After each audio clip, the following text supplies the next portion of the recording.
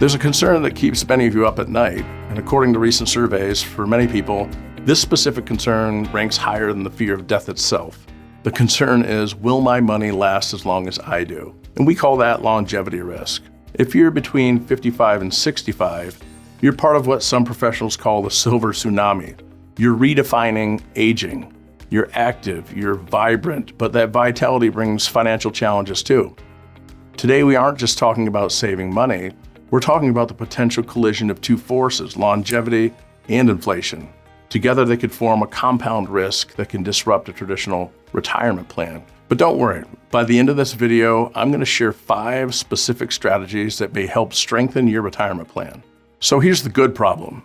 You're going to live longer than you think. The late, brilliant Charlie Munger had a favorite saying, "All I want to know is where I'm going to die, so I'll never go there." The problem is we don't know when. Life expectancy is rising. If you're a married couple, age 65 today, there's a 50% chance that at least one of you will live to see age 93. This is longevity risk. It's the financial risk of a long and beautiful retirement life.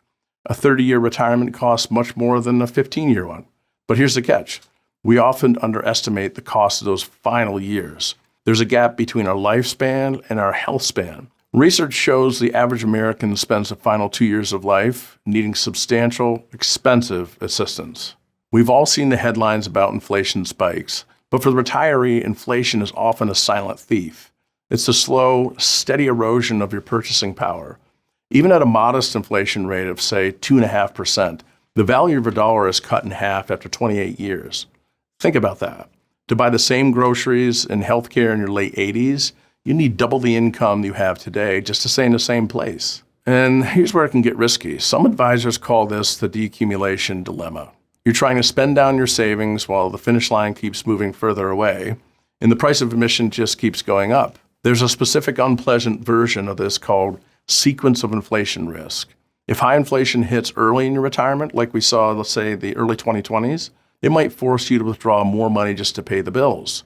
This depletes your portfolio faster, leaving you with less principal to potentially grow when the market recovers. We also have to talk about the surviving spouse problem. Statistically, women outlive men by about 5 years. Now, when one spouse passes, Social Security benefits often drop. Pension income might disappear. But your property taxes, your heating bills, they don't drop by half. A plan that works for us must also work for me. Okay, so enough doom and gloom. You're here for some ideas to help. Let's look at 5 moves you might consider right now. Number 1 is embrace the 8-year rule of Social Security. For many of you, this is your only inflation-adjusted income.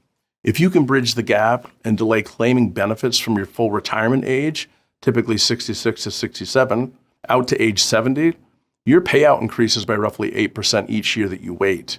That kind of increase is difficult to replicate with traditional investments. By delaying, you're buying yourself a larger, inflation-adjusted income benefit for those later years and providing a higher survivor benefit for your spouse. Number 2, do not run 100% to cash. Now, the old wisdom was to move everything into conservative cash-like accounts when you retire. In a high inflation world, that can be risky. Cash typically loses purchasing power. To help manage the effects of inflation over 30 years, you need assets that grow, typically found in stocks and other market-based investments. Consider a bucket strategy. Keep 1 to 2 years of living expenses in cash for liquidity and easy access, but keep the rest invested with the goal of potentially outpacing the cost of living over time. Number 3, build an inflation floor. Consider assets that are designed to address inflation.